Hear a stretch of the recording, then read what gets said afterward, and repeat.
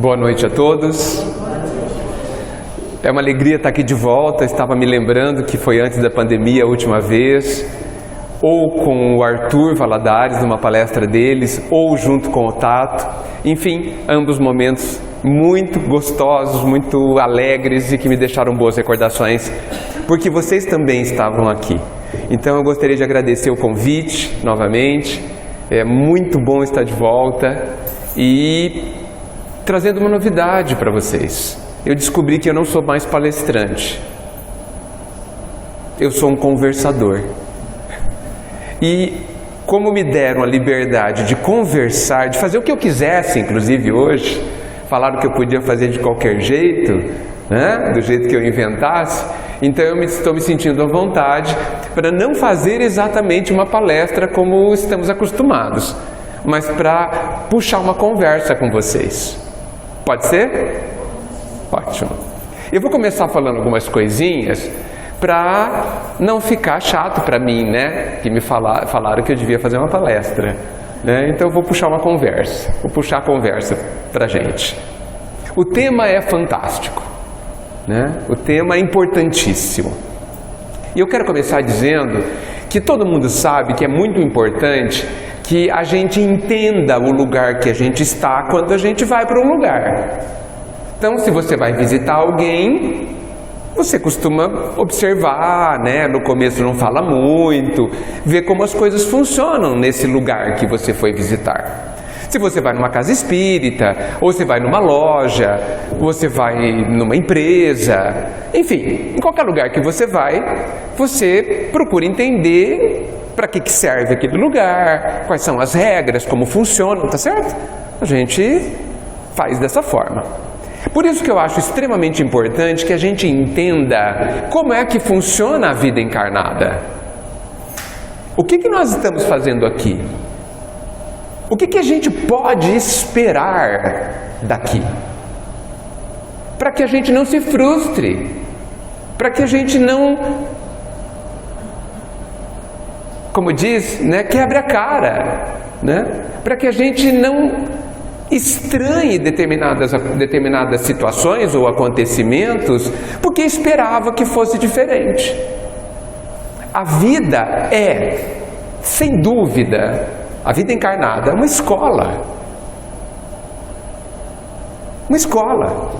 Não é um parque de diversões. Não é. E se é uma escola, o que tem dentro de uma escola? O que acontece nas escolas? Acontece lições, nos dão lições para a gente aprender, nos dão tarefas, nos dão exercícios. De vez em quando a gente tem um lanche, né? A gente descansa. Uma escola, mas a maior parte do tempo dá trabalho estar na escola. Porque a gente tem que quebrar a cabeça para aprender aquilo que estão falando. Depois tem prova para ver se a gente passou. Tem um monte de exercício para a gente se exercitar antes da prova. Assim, o tempo todo. Se a gente entende isso, a gente não estranha tanto. Porque muitos de nós estranhamos muito alguns acontecimentos da vida. E eu penso que a gente estranha porque a gente esperava outra coisa. Porque se a gente soubesse desde sempre que aqui é uma escola e soubesse como que é uma escola, a gente ia entender que tudo que acontece, que está acontecendo em nossas vidas, é extremamente natural, típico de uma escola. Então isso me parece muito importante e tira um monte de lágrimas, um monte de surpresas, um monte de tristezas, de frustrações, um monte de impactos, surpresas, que a gente chama, nossa, que terrível, nossa, aconteceu uma tragédia. E talvez só tenha sido um exercício, só tenha sido um exame para avaliar se a gente aprendeu ou não. E a gente dá esses nomes novos, tipo tragédia, tipo problema, tipo dificuldade, tipo calamidade. sendo que talvez sejam só exercícios. Simples assim. Só que essa é uma escola extremamente sofisticada, porque ela foi criada pelo Divino Senhor, perfeito, extremamente inteligente, e preparou cada detalhe com imenso amor, para que nada fosse desaproveitado, para que não houvesse nenhum detalhe inútil, nenhum detalhe que não fosse importante para o nosso aprendizado. Porque este aprendizado, o que se aprende nessa escola vale ouro. Se aprende a ser feliz. O mais importante dos aprendizados, ser feliz. Então, ele não deixou ponto sem nó. Tudo na nossa vida foi perfeitamente ajustado e planejado para que a gente pudesse, se quisermos, aproveitar para muito rapidamente, para de forma mais facilmente possível nos aprendêssemos a ser felizes. Mas como a gente não pensa normalmente assim, como a gente veio com umas ideias estranhas sobre tragédias, sobre dificuldades, sobre momentos ruins, a gente não faz o exercício muitas vezes. Briga com o exercício, briga com a prova, com o exame, rejeita, nega, sai correndo, mata a aula, exatamente, e não aprende a ser feliz. Eu não conheço uma pessoa que não queira ser feliz. Nunca existiu essa pessoa, nem existirá um dia. Todos nós, as pedras querem ser felizes. E talvez nos falte entender aonde a gente está. E como eu disse, essa escola é extremamente sofisticada, a melhor que existe, inclusive. E tanto que dentro dela tem uma outra escola, que é a família. Deus é muito sábio, não vamos esquecer disso. Nada do que Ele criou foi em vão. Lá naquele livro magnífico chamado Jesus no Lar, do Neo Lúcio, segundo capítulo, tem uma mensagem que devia ser estudada por 10 anos. Só essa mensagem. 10 anos para entendê-la bem curtinha. Chama-se Escola das Almas. E ele diz, Jesus diz, porque todos os capítulos é Jesus dizendo, Jesus diz que a família, o lar, é a escola das almas. Uma escola dentro da escola. Que a família, que é onde a maioria de nós nasce e vive um tempo, a maioria, não todos, é talvez e normalmente a mais eficiente ferramenta de aprendizado que nós temos nesta escola. É como se ela fosse uma classe específica, né? Um contexto maravilhosamente bem estruturado, bem montado, para que a gente tivesse a chance de aprender muitíssimo sobre nós mesmos e sobre como é que a gente pode ser feliz. Os pais dentro desta escola são como se... Eu tentei encontrar... Vindo para cá, eu tentei pensar numa palavra e eu não encontrei uma realmente que expressasse o que eu quero dizer. Então eu vou usar a palavra que me surgiu, mas ela não é perfeita. Bem, nada do que eu estou dizendo é perfeito, não é? Ela não é a ideal que eu queria. Os pais são uma espécie de forma. E eu estou falando da alma, não estou falando do corpo, evidente, né? Ele é uma espécie de... vou usar forma. Molde. Obrigado. Uma espécie de molde para quem está chegando.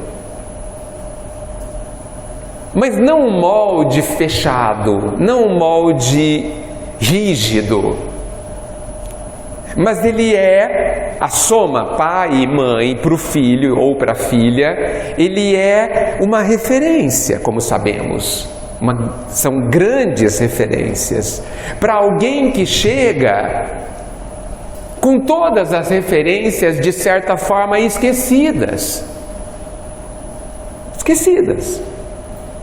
que ainda não tomou posse, não teve acesso aos seus próprios contextos íntimos, a sua própria bagagem íntima, como costumamos dizer, e portanto está moldável e pode se encaixar.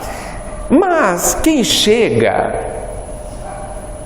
sempre é alguém extremamente observador. A criança tem uma capacidade de observar, nada escapa à criança. Não adianta conversar no outro quarto, viu? Eles sabem. Por quê? Porque a criança, geralmente até os 7, 8 anos, elas vivem dentro da psicosfera dos pais. O que é psicosfera? A atmosfera mental e sentimental em que os pais vivem. Todos nós temos a nossa. De fato, é onde moramos. Cada um não mora na casa que pensa que mora. Mora dentro da soma dos seus pensamentos e sentimentos.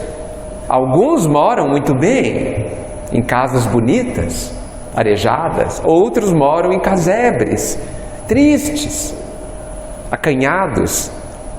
E ambas essas moradas foram criadas pelos pensamentos e sentimentos de cada um. Nessa idade, a criança vive dentro dessa psicosfera. Por isso que ele sabe tudo.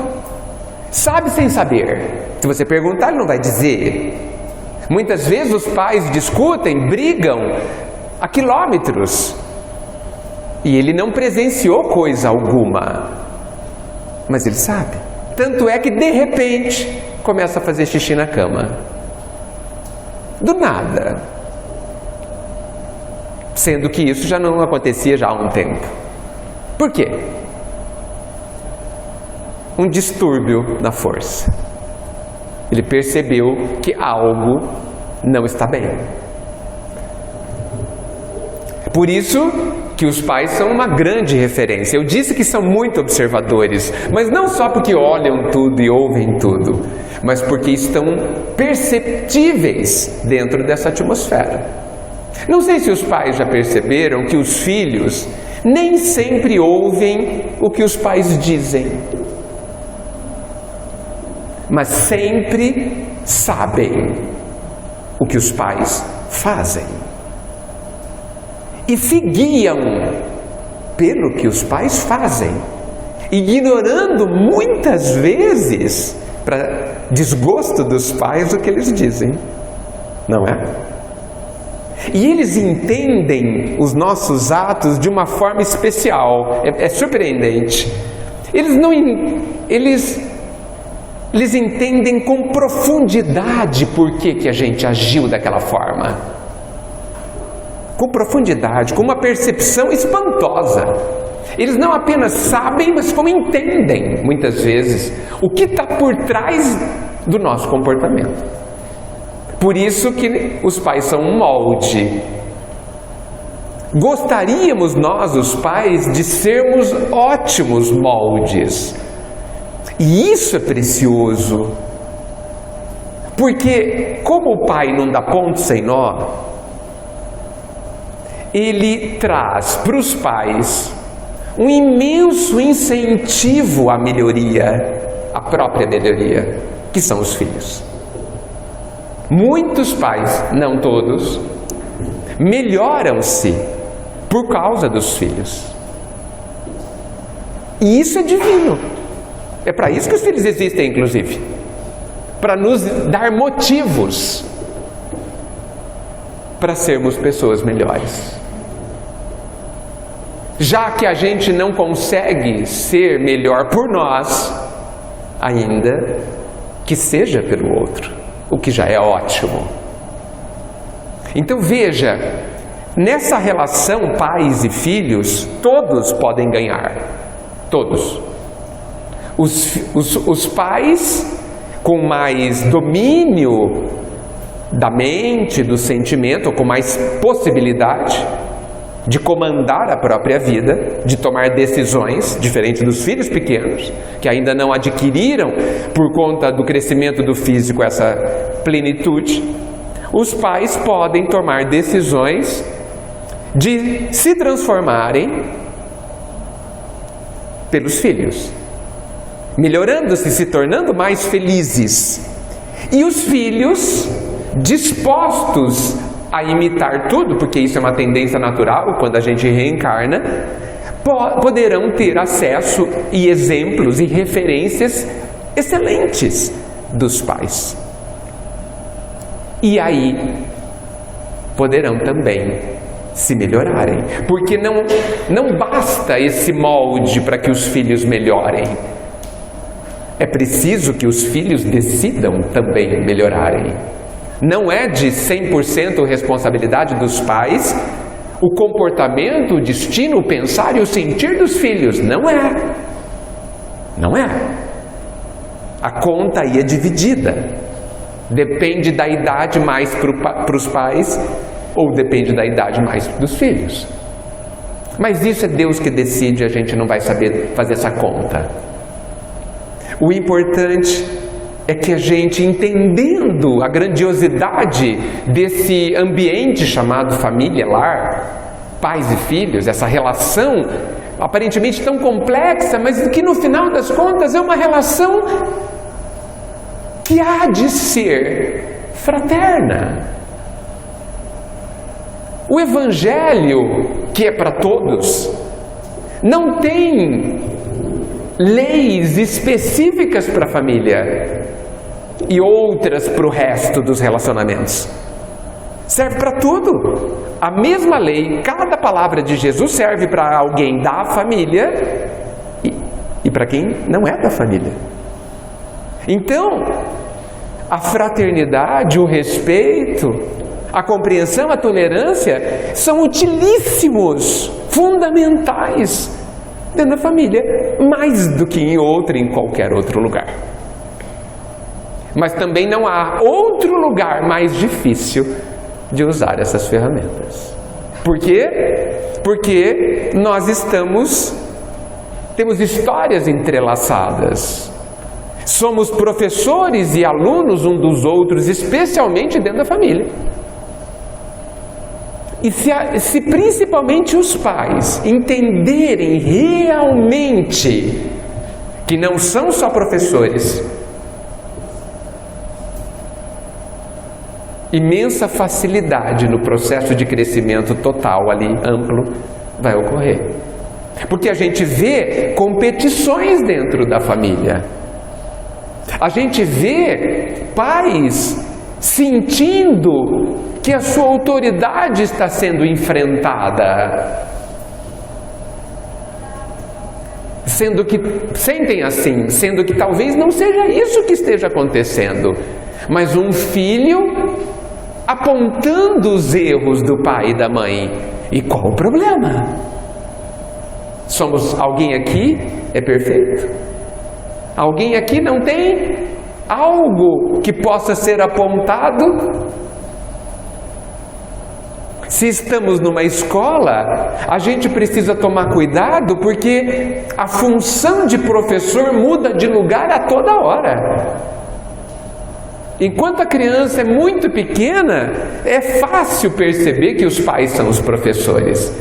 Mas quando eles se tornam, 10 anos para cima, estou sendo generoso, muitas vezes, naquela autenticidade deles, naquele falar sem filtros, naquelas perguntas de filósofos que só as crianças sabem fazer, nós podemos, mesmo adultos, aprender. Mas é preciso estar aberto a isso, para não perder a chance, a oportunidade. Mas se a gente coloca na posição fechada de professor, você perde a oportunidade da lição. e, muitas vezes, prejudica o relacionamento pai e filho, mãe e filho. Porque penso que quando o filho critica os pais, talvez ele esteja implorando para que o pai o ensine a ser diferente do que ele está vendo.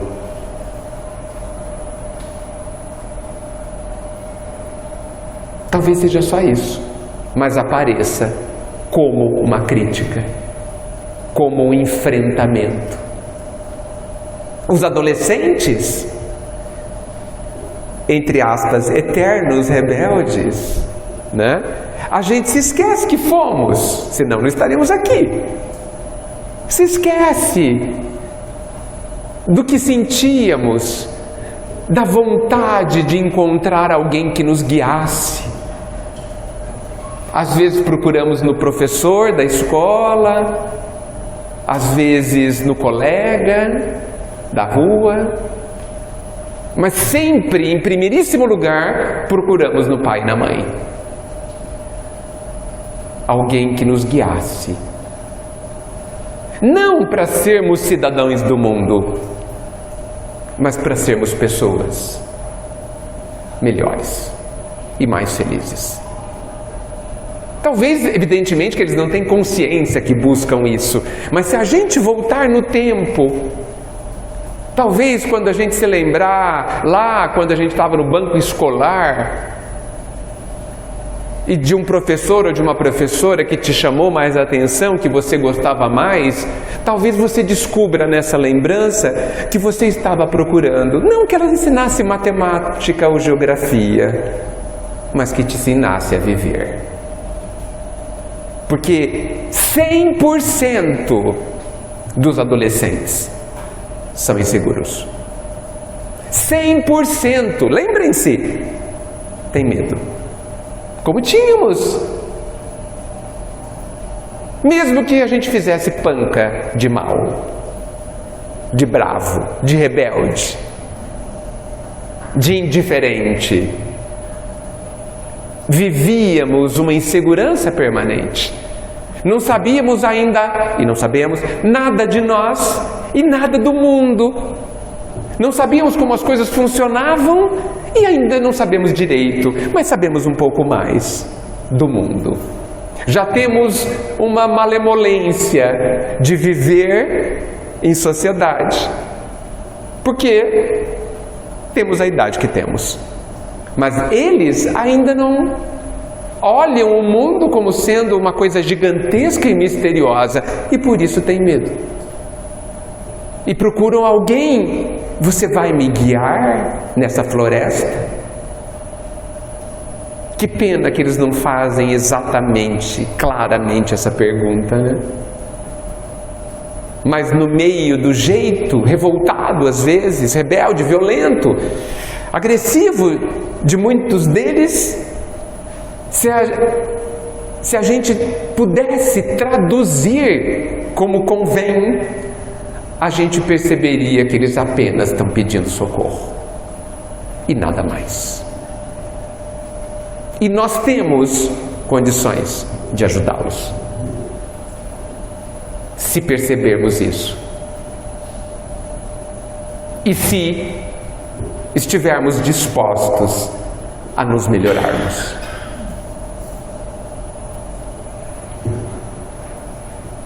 Acho que eu falei bastante já. Vamos conversar agora? Hoje é o último dia desse ciclo, né, onde foi discutido já esse assunto desde sexta-feira. E eu estou curiosíssimo para saber qual é o resumo, né? Qual é o resumo? E eu pensei que vocês pudessem levantar algumas questões já ditas, já colocadas, já exploradas pelos outros que tiveram aqui, ou por vocês mesmos, nas discussões, nas reflexões que tiveram, e que a gente pudesse, talvez, tentar, sem nenhuma pretensão de fechar o assunto, mas talvez fazer um resumo, talvez fazer um alinhavamento, de alguns temas que vocês consideram mais importantes sobre a relação, sobre o papel dos pais nos jovens. Pena que, felizmente, tem alguns jovens aqui, né? Mas imagina se tivesse metade de jovens, ia ser bem interessante. Alguém quer colocar alguma coisa, algum aspecto, algum ponto mais perturbador? A terceirização da educação para os professores. A terceirização da educação para os professores. Isso de fato tem acontecido e tem demonstrado o tamanho do medo dos pais no processo educativo. Ah, mas eu estou despreparado. Tudo bem, se prepare. Ah, mas eu já tenho um filho. Se prepare enquanto o filho cresce. Ele não vai crescer de repente, vai demorar anos para ele crescer. Ah, a informação hoje é pública e gratuita. Tem tudo na internet. Tudo. O bom e o mal. Nós estamos naquele momento da vida, na Terra, onde a gente tem que escolher tudo. A gente entra numa sorveteria, tem 30 sabores de sorvete. Você tem que escolher. 50 cores de qualquer roupa. 1000 caminhos. Na internet a gente tem que escolher também. Sumiu. Mas dá para falar. Basta que a gente escolha. A gente vive soterrado de informações. Isso vale para a TV, para o rádio, para a música, para a internet. Qualquer interesse que a gente tenha ali é atendido. Qualquer interesse. E o desafio ou o exercício qual o seu interesse? Eu te darei. Jesus não disse assim, bata e a porta se abrirá? Bata em qualquer porta da internet, sobre qualquer assunto, e ela se abrirá. Então, quando a gente terceiriza a educação a uma responsabilidade que é nossa, a gente está com medo. Mas não precisa ter medo. Precisa aproveitar o momento e ir atrás e estudar. Nós somos os melhores pais para os nossos filhos. E eles são os melhores filhos para os nossos pais. Nós temos os filhos que precisamos. E os pais também. Vocês acham que Deus ia deixar isso acontecer ao Léo? De forma alguma. Então, eu preciso reconhecer em mim, como pai, capaz de corresponder à responsabilidade. Mas não pense que a gente veio pronto. Ninguém veio pronto. Caminhante, o caminho se faz ao caminhar, diz Fernando Pessoa. O caminho não está pronto. Eu não sei o caminho. É por isso que você não sabe o caminho, porque ele não está pronto. Não tem caminho. Mas a hora que eu piso, o caminho aparece. Eu posso pisar para cá ou para cá. Eu decido. Faça o seu caminho. Confie em quem você é. Quem eu sou. Quem somos. Precisamos saber sobre isso. Jogar fora aquela ideia rasa de que nós somos espíritos tremendamente endividados. Bem cômodo, né? Eu sou endividado, sou um criminoso até nas minhas vidas. Então não sou capaz. Não é cômodo? Bem cômodo, né? Isso se chama preguiça. De fato, eu prefiro pensar, eu acho mais justo conosco que a gente pense que somos ignorantes. Porque somos mesmo. Simples ignorantes fomos criados.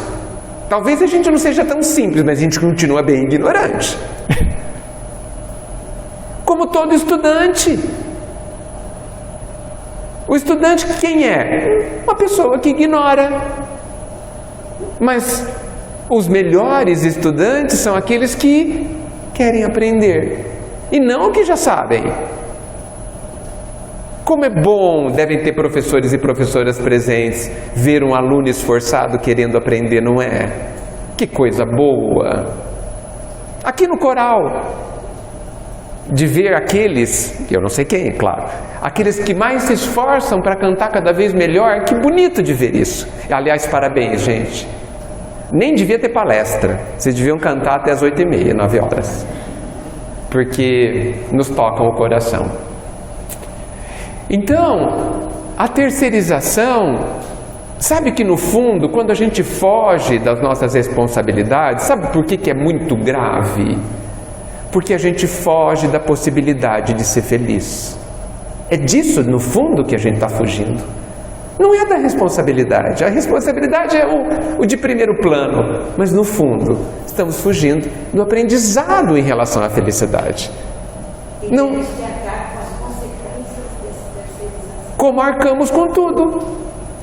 A gente arca com as consequências do bem que a gente faz. Essa todo mundo quer arcar. Como a gente arca das nossas omissões. O que a gente está fazendo? Atrasando a felicidade para nós. Então, não precisamos ter medo da responsabilidade. Eu gosto de pensar que o dever e a responsabilidade, tão temidos, são avenidas asfaltadas, iluminadas, cheias de jardim para a gente passar. É o melhor caminho, é o caminho mais fácil. O pessoal pensa que o dever é o caminho mais difícil, né? Nossa, é muito difícil ser bom, a gente fala assim, né? Eu prefiro pensar que é trabalhoso ser bom. Trabalhoso, como todo aprendizado dá trabalho, todo aprendizado. Aprende a tocar violão desse jeito. Tenta. Você vai ver como é trabalhoso. A cantar desse jeito. Trabalhoso, precisa de esforço, dedicação, empenho. Errar 1000 vezes para acertar uma. Tudo é assim. Isso é lei da natureza. Mas o dever é a linha reta para o aprendizado. E a gente prefere os caminhos que a gente entende que é mais fácil, mas como a gente não sabe nada, a gente não entendeu nada. A gente vai por caminhos muito mais difíceis, muito mais complexos. Caminhos não asfaltados, que não tem luzes, que não tem flores, que não tem sinalização, que nos vai levar ao abismo. Sendo que na linha reta do dever e da responsabilidade, tem até posto para ir no banheiro, tomar um café e água. Lugar para parar e descansar. Ok? O que mais que a gente pode? Se educa, direciona, molda até uma certa idade. Quando você verifica que você desviou, aquela moldagem se atrapalhou, deformou. Como que se pode fazer a moldagem entrar no lugar, corrigir os erros e se ter no ponto certo, da forma certa? Bem, todo mundo ouviu? Se a gente errou o molde, você usou uma palavra dura, mas eu vou repetir. Deformamos o molde. Exatamente. Palavra dura. Vamos ver o que a gente vai fazer com ela daqui a pouco. Né? O que a gente pode fazer? É a sua pergunta? Exatamente. Dá para arrumar? Quebrar o galho. Quebrar? Para poder fazer novamente. Dá. Talvez precise de algumas vidas. E qual o problema? Qual o problema? Gente, qual o problema? Qual o problema? Me digam. Qual o problema? Fizemos o que sabíamos fazer ou a gente quis errar?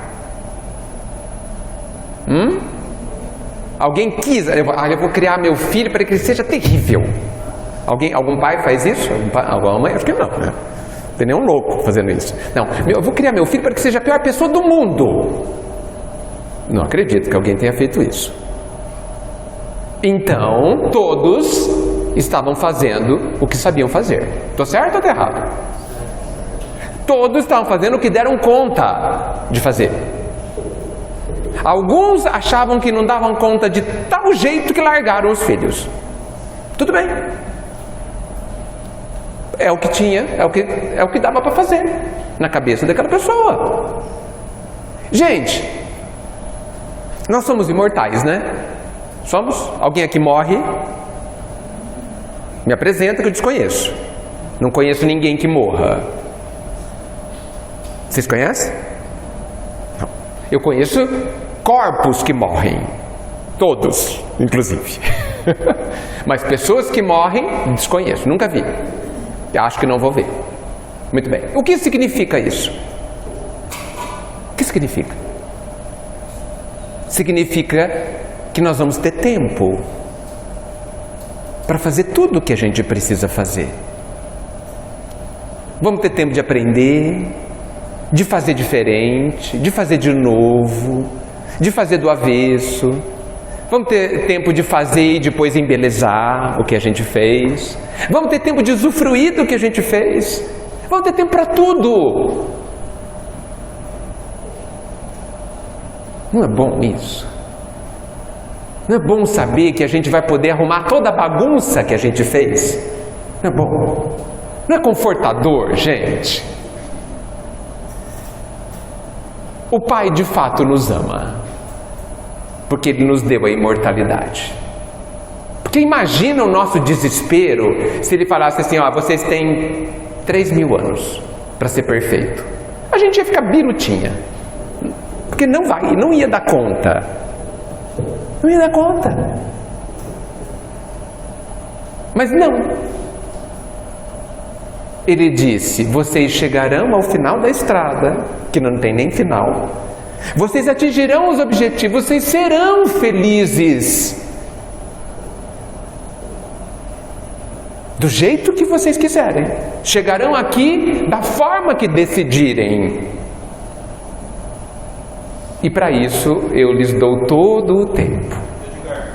Quando erra o molde, sofre um pouquinho mais. Quando erra, o molde sofre um pouquinho mais. É da lei que tudo tenha consequências. E é preciso que seja assim. Para quê? Porque senão a gente não aprende. Olha, se eu um dia enfiei o dedo na tomada, eu aprendi que não é bom. Nunca mais vou enfiar o dedo na tomada. Então é ótimo a consequência de enfiar o dedo na tomada. Eu passando a boca dela, queima, o que é queima? Viu? Não sabe o que é. Aí ela Viu? Nunca mais, né? Pronto, olha como é bom. A gente pensa que a consequência dos nossos atos é algo ruim, não. A gente só sabe alguma coisa porque existe a lei de ação e reação. Senão a gente não saberia nada, inclusive. Porque a gente não ia acreditar. Como as crianças não acreditam? A filha da senhora não acreditou. Na verdade, a filha da senhora colocou o dedo na tomada não é porque não acreditou, porque ela não sabia o que era queimar. Vejam, percebam, é valiosa essa experiência que a senhora trouxe. Gente, é valiosa essa experiência, sabe por quê? A gente percebe que a gente erra em primeiríssimo lugar por ignorância. Se a gente pensar que ela, enfiando o dedo na tomada, errou, ela errou por maldade, gente? Não! Ah, mas a mãe dela avisou, e daí? Ela não entendeu o que a mãe dela avisou. Ela não sabia o que era queimar. Queimar podia ser uma coisa super legal. Super legal. Como que ela ia saber? Gente, aí ela foi lá e experimentou. Entendi. Pronto. Por isso que o pai deixa as coisas acontecerem. Sabe por quê? Porque nem morrer a gente consegue. Nem morrer é possível. O pai sabe que nas nossas brincadeiras de viver, a gente não consegue se machucar de verdade. Não quebra nada. Não arranca pedaço de coisa alguma. Só do corpo, que é um detalhe. O corpo é que nem uniforme de trabalho para entrar na escola. Uniforme, sabe quando é? Não sei se hoje tem uniforme para entrar na escola. Tem? Tem? Então, se não tiver uniforme, não entra. Na minha época não entrava. Aqui também, nessa escola só entra de uniforme. E quando o uniforme estraga, você manda fazer outro. É assim, gente. Eu não estou tirando o valor do uniforme, hein? Não estou. Mas eu estou, entendo eu, dando o valor que ele tem. Eu preciso cuidar do uniforme? Muito. Mas ele vai durar muito tempo? Não vai.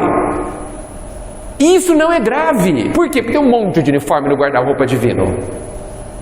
Um monte. Quantos eu quiser.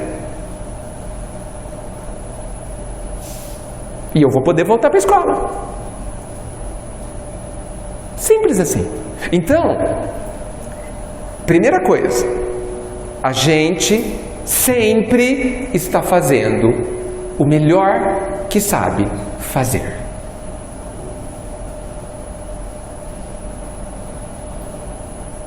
E a gente precisa perder a ilusão. Olha a coisa que eu vou falar agora. Tudo que eu estou falando não é para vocês acreditarem, hein? É para vocês pensarem. Quem disse que eu estou falando a verdade? Quem disse que eu estou certo?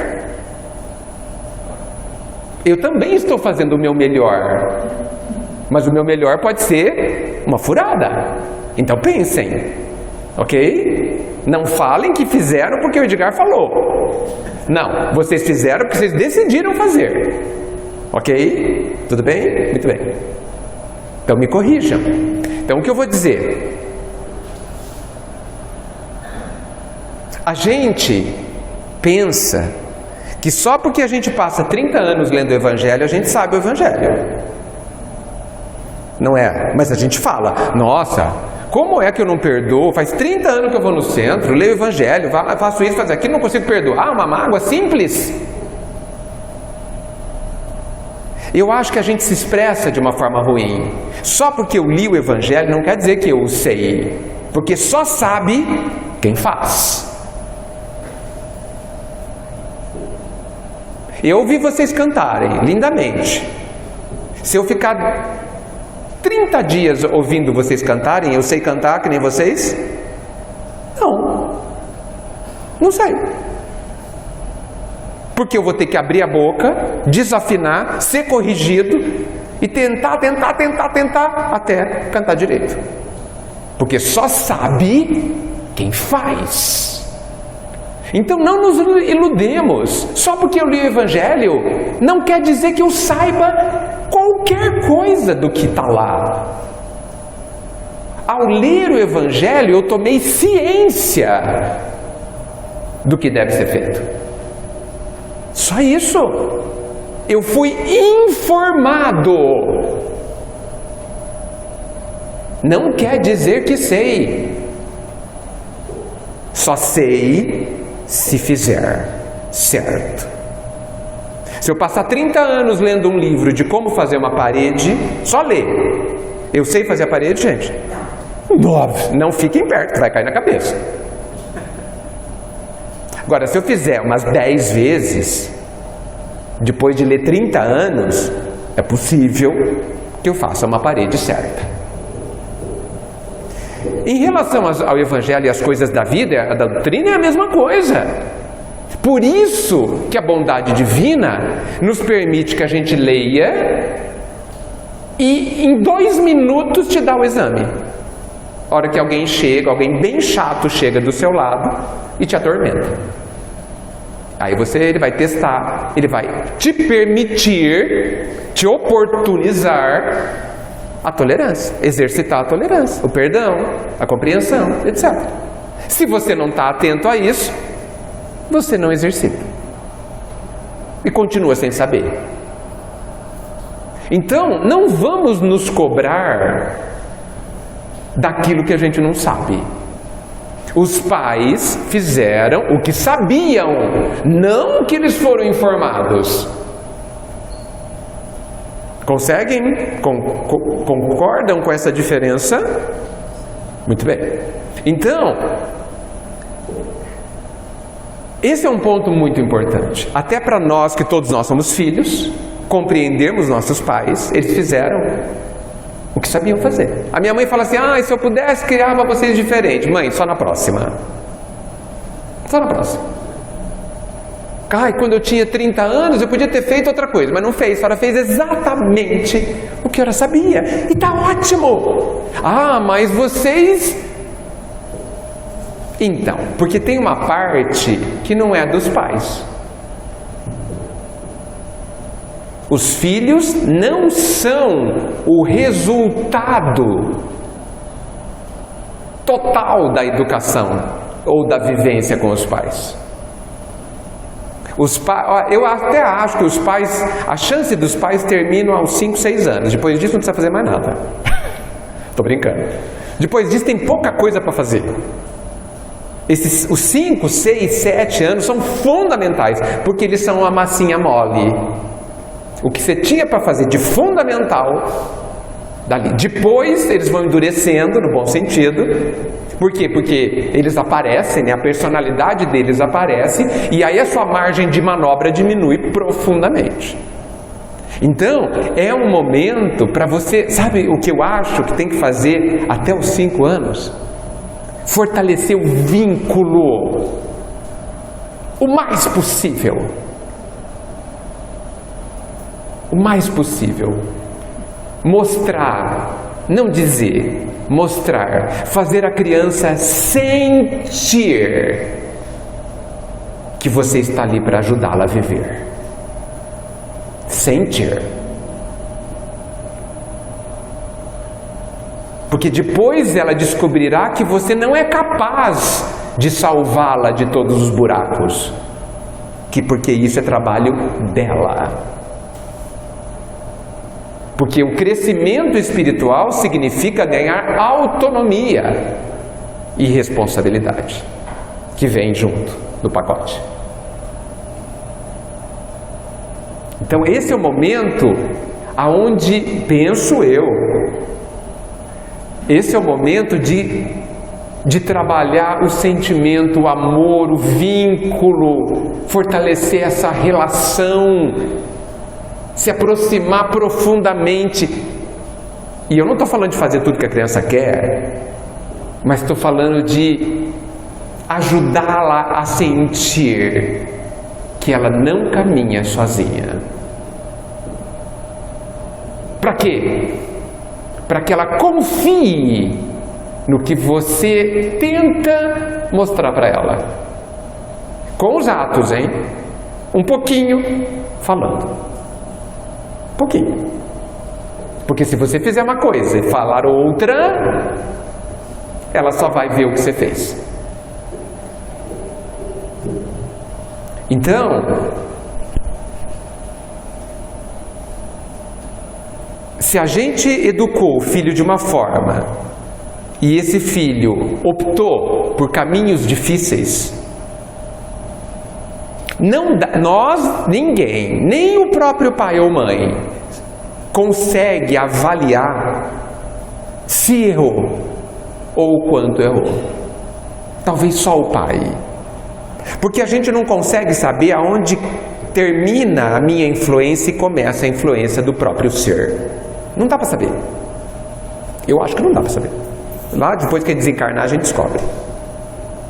Porque às vezes aquela pessoa, ela veio com tal nível de desequilíbrio que nós não vamos equilibrá-la. Até porque equilibrar é tarefa dela. Cada um arruma a sua bagunça.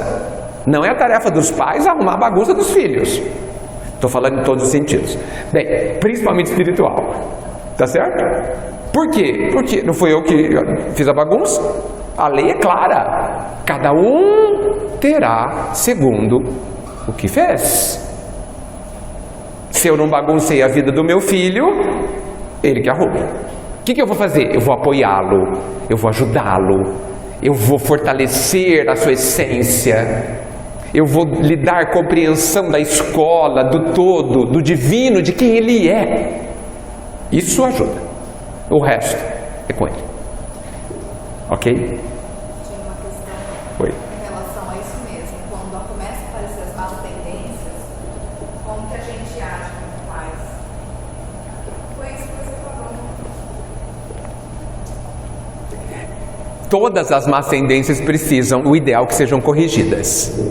Nós temos um exemplo no livro Os Mensageiros, do André Luiz. Não sei se vocês lembram. Ele e o Aniceto e o Vicente, Aniceto é o instrutor, vêm passar uma semana aqui na Terra e eles param na casa da Dona Isabel, não vou me lembrar direito, uma casa humilde, com 2 filhas e um filho, 3 filhas e um filho, uma coisa assim, viúva.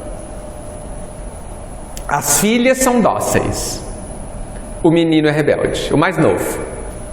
Enfrenta a mãe e ela educa brilhantemente. Isso é com tanto brilhantismo que o Aniceto, o instrutor, comenta com o André e com o Vicente que, eu não vou lembrar, com as filhas ela foi educadora, com o filho ela foi firme e corrigiu. Ela usou serenidade, calma com as filhas e muita energia com o filho, corrigindo ele. E é interessante que ele comenta, porque do lado de lá fica mais fácil comentar, né? Que quando ela foi enérgica com o filho, ele se calou, não retrucou, não respondeu. Muito mais pela energia amorosa e firme que saiu do coração dela para ele, porque ela não ficou irritada. Esse é o grande segredo. Isso faz toda a diferença. Olha o preparo que a gente tem que ter. Porque só há um jeito, gente, de educar. É com amor. E com amor, quando eles dizem que é com amor, eles não estão dizendo para a gente ser bonzinho, porque bonzinho é pejorativo, tá? Não é para ser bonzinho. É para amar. São coisas profundamente diferentes que a gente precisa saber qual é a diferença. Ser bonzinho é fazer tudo o que a pessoa quer. E quem ama não faz o que o outro quer, faz o que o outro precisa. Mesmo que ele vire a cara e não fale mais com você. Isso é problema dele. Talvez um dos problemas dos pais da nossa geração, desta geração, é que eles querem que os filhos os amem. Derramam sobre os filhos as suas carências afetivas. Meu pai nunca me perguntou se eu o amava. Nem minha mãe. E eles estão vivos até hoje, 88, vai fazer 88 quinta-feira. Nunca me perguntou. E nunca devia ter perguntado mesmo.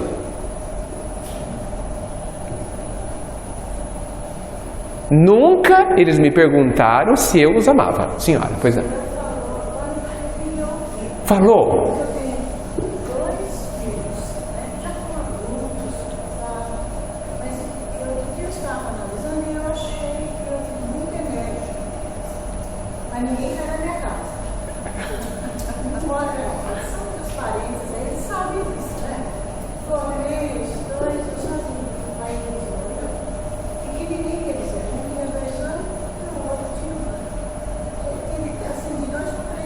Eu morava em São Paulo, procurava os pais, estava bem. E eu, o pai e a mãe, quando eles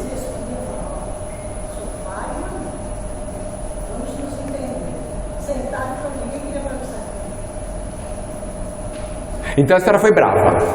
A senhora foi brava. Eu não era brava, eu fazia chegar na realidade. Isso. Senta aqui que eu vou te explicar, né? Eu vou te explicar como que a vida funciona. Como que falava antigamente? Você senta aqui que eu vou te ensinar como que a banda toca. Se for uma delegada, já me aposentou. E o outro continua trabalhando, mas a gente tem iniciado. Mas chega de tarde em casa, tomar o café da tarde. Muito bem. Parabéns. A minha mãe conta que o pai dela, meu avô, falava assim no processo de educar os filhos dele, portanto ela também. Vocês vão chorar hoje para que eu não chore amanhã. Esse daqui é meu companheiro. Ok. Ajudando a criar depois, com 12 anos. Então isso aí eu era pensador. Outro dia eu falei que eu gosto da vida, eu sou muito assim, né? Então, sou feliz. Que bom. A senhora é feliz. A pessoa perguntou para mim o que era a felicidade. Eu não entendi o que é felicidade. Uhum. Tudo que eu tenho em Deus. Muito bem. A gente vive juntos 40 anos já, por Que bom. então, para tudo isso eu agradeço. É bom agradecer por tudo que a gente tem. Mais alguma coisa? Oi. Um assunto que foi levantado aqui no nosso seminário, né, até o Edson colocou, foi um tema que inspirou ele o nome do seminário. Aham. O celular, o uso do celular no contexto da família. Às vezes nós vamos num restaurante, e chega lá, tem o pai, a mãe, 3 filhos, comendo de interação, Sim. está cada um com o celular na mão. O celular. Eita, o celular. Como ele é assunto, né? Interessante. Então, você coloca aqui, a gente vê família inteira no celular, nos restaurantes, por aí, tal, ninguém conversa. O problema não é o celular. O problema é porque ninguém conversa. O celular é uma ótima desculpa para não conversar. A questão é por que eu não quero me abrir, me aproximar? Porque falta vínculo. Falta vínculo. Nós não construímos esse vínculo. Ou o destruímos. Gente, o vínculo, a simpatia, a vontade de estar com alguém, e aí eu estou falando de forma geral, isso vale para a família, dá trabalho. Você precisa cultivar, você precisa se dar, você precisa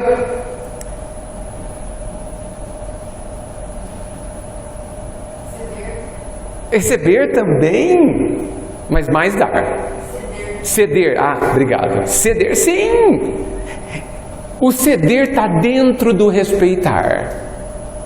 Porque ceder sozinho parece que a gente se anula. Não, eu decido respeitar. Não há anulação. Olha que interessante. Eu me calei. Você decidiu se calar. Não há renúncia. Não há anulação. A gente faz com que o outro queira estar conosco? Não me responda. Pensem. A gente faz. Uma vez, foi muito interessante, eu fui dar uma palestra lá em Bauru e minha esposa queria assistir a missa de um padre famoso lá em Bauru. E eu falei, vou junto. Ela gostava muito dessa missa e algumas vezes eu podia ir. E aí eu fui, deu tempo, chegamos lá. E esse padre disse uma coisa inesquecível. Eu não ouvi o resto da missa. Não ouvi, nem sei o que aconteceu. Mas na hora, não sei se chama homilia, sermão, não importa, já esqueci. Ele disse assim: você é uma boa notícia? Que coisa mais linda. Você, quando chega, é uma boa notícia. Quando lembram de você, gostam. Fulano, ai, você conhece? É tão legal. Você é uma boa notícia para as pessoas. Porque isso é construção, gente. Isso é construção. A gente quer ser boa notícia caindo do céu. Esquece. Esquece. Nada de bom nessa vida se constrói sem esforço e sem o tempo. Nada. Nada. Eu já cheguei à conclusão que se tiver 2 caminhos, pega o mais difícil. Deve ser o mais certo. Não precisa nem perguntar qual que é o caminho certo. Qual que é o mais difícil? Qual que é o mais trabalhoso? Vai nele. Possivelmente você vai ficar bem. Entendeu? 2 serviços aqui na Casa Espírita, presidente. 2 serviços. Qual que é o mais difícil? É esse que a gente vai fazer. Deve dar mais certo. Então, gente, não deu para ouvir o resto da missa. Vocês concordam comigo? Nós somos uma boa notícia. Não sou. Então começa a ser. Não sendo servil.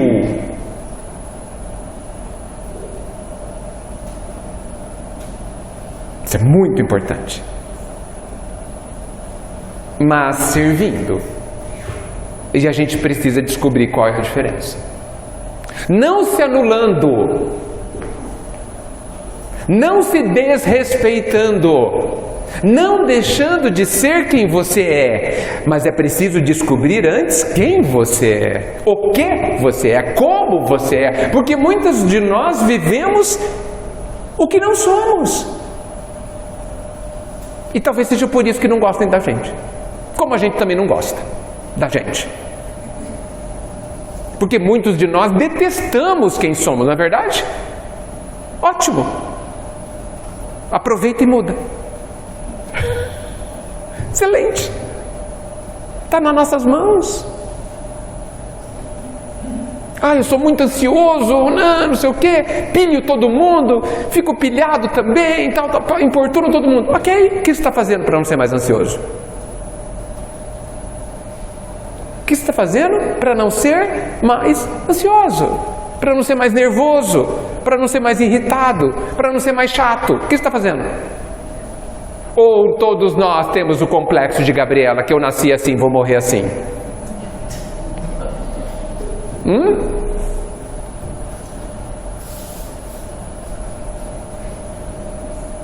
Precisamos terminar, né?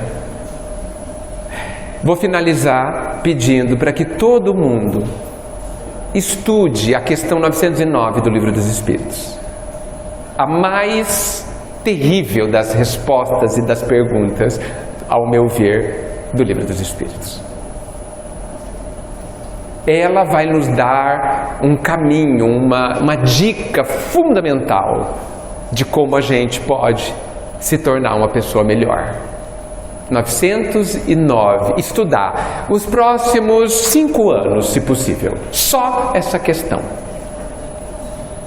Para a gente entender alguma coisa da vida. Eu agradeço demais a participação, por termos conversado. Não é gostoso? Sim, gente? Vocês gostaram? Eu não vou dar mais palestra. Não me convidem mais para palestra, que eu não venho. Me convidem para conversar, estou brincando, tá? Eu prefiro conversar. Que delícia! Porque aí eu conheço mais vocês. Porque é muito chato só vocês me conhecerem. Eu conheço o que vocês estão pensando, conheço quais são os problemas. E talvez descubra o que é melhor que eu diga para cada situação. Isso me traz muitos benefícios, porque os problemas de vocês, os exercícios de vocês podem amanhã serem meus, e aí eu vou ter já uma orientação do que fazer. Muito obrigado, a luz fique com todos nós. Obrigado.